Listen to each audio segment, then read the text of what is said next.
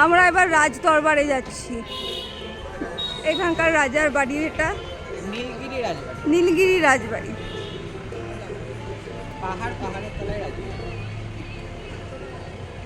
রাজা তো পাহাড়ের কাছেই থাকবে, স্বাভাবিক ব্যাপার। দেখুন উড়িয়া ভাষায় লেখা আছে।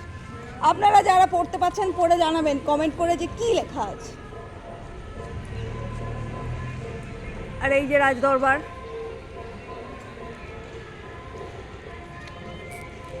আমরা ঢুকি। এটা কত বড়, বাপরে। এই যে আবার উড়িয়া ভাষা লেখা, আপনারা যারা পড়তে পারবেন কমেন্ট করে জানাবেন কি লেখা আছে।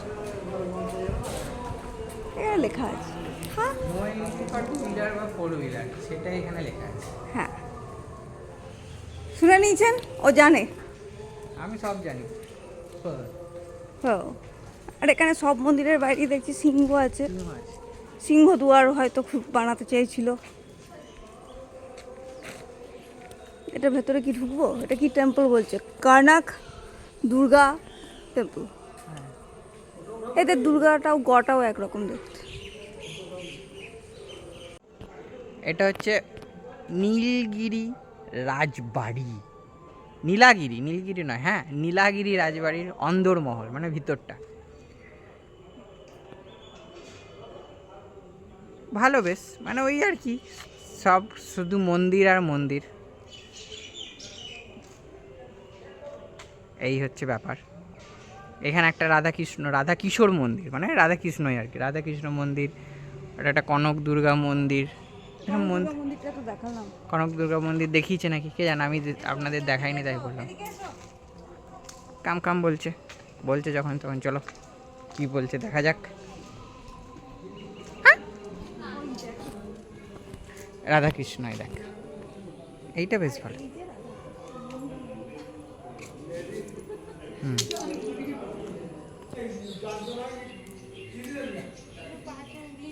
এটা বেশ ভালো, ছবি আঁকা আছে। এখানে কি কেউ বসে কি কারোর পুজো হয় না কি হয় কে জানে, জানি না, কিছু একটা হয়। রাধা কিশোর টেম্পল। এই যে ওই রাজবাড়ির সংলগ্ন মন্দির, শিবের মন্দির বোঝাই যাচ্ছে যেহেতু বাইরে নন্দী আছে।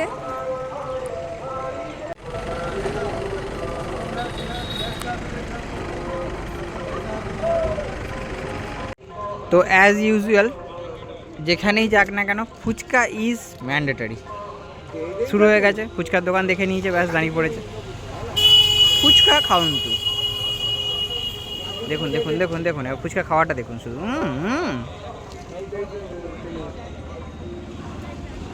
সবাই কেউ নজর দেবেন না কিন্তু, হ্যাঁ পেট খারাপ হয়ে যেতে পারে, এখনো কালকের দিনটা আছে তো।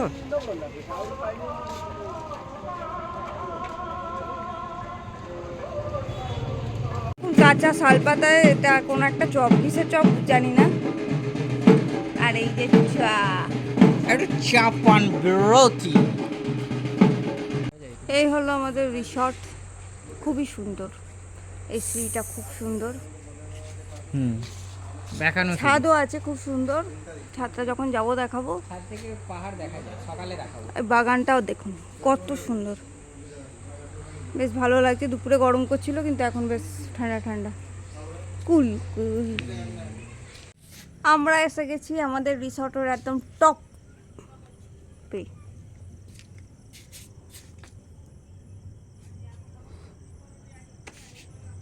এই যে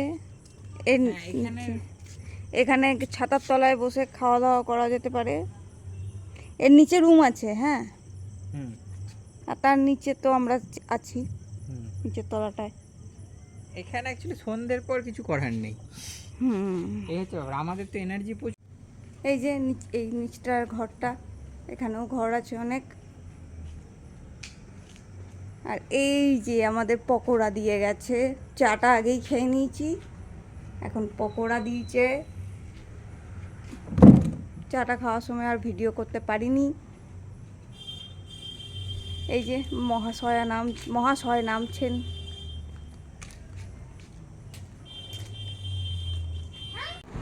তো আমাদের ডিনার স্পেশাল মেনু পাখাল থালি। এটা আবার আমি বলেছি, আমরা দাদাকে বলেছিলাম, দাদা বানিয়ে দিয়েছে। এটা কিন্তু উড়িষ্যার স্পেশাল। মানে এখানে স্পেশাল অথেন্টিক খাবার। পাখাল থালি বেসিক্যালি পান্তা ভাত, তার সঙ্গে পান্তা ভাতের সাথে যেটা ভালো লাগে ভাজা। তো এখানে দিয়েছে যেটা হচ্ছে ঢেঁড়স আলু ভাজা বা তরকারি, বুঝতে পারছি না। আর এটা হচ্ছে, এটাকে বলে বড়ি চিউড়া, মানে এটা বড়িকে পেঁয়াজ টেঁয়াজ দিয়ে ভালো করে আর কি ভেজে বানানো।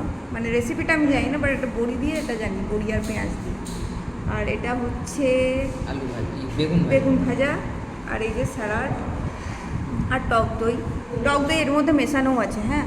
এরপরেও যদি কেউ নেয় সেই জন্য। আর নুন তো লাগেই পান্তা ভাতে। ঠিক আছে, এবার এই যে একটু খেয়ে দেখো তো কেমন খেতে, তোমাকে খাওয়াচ্ছি আমি।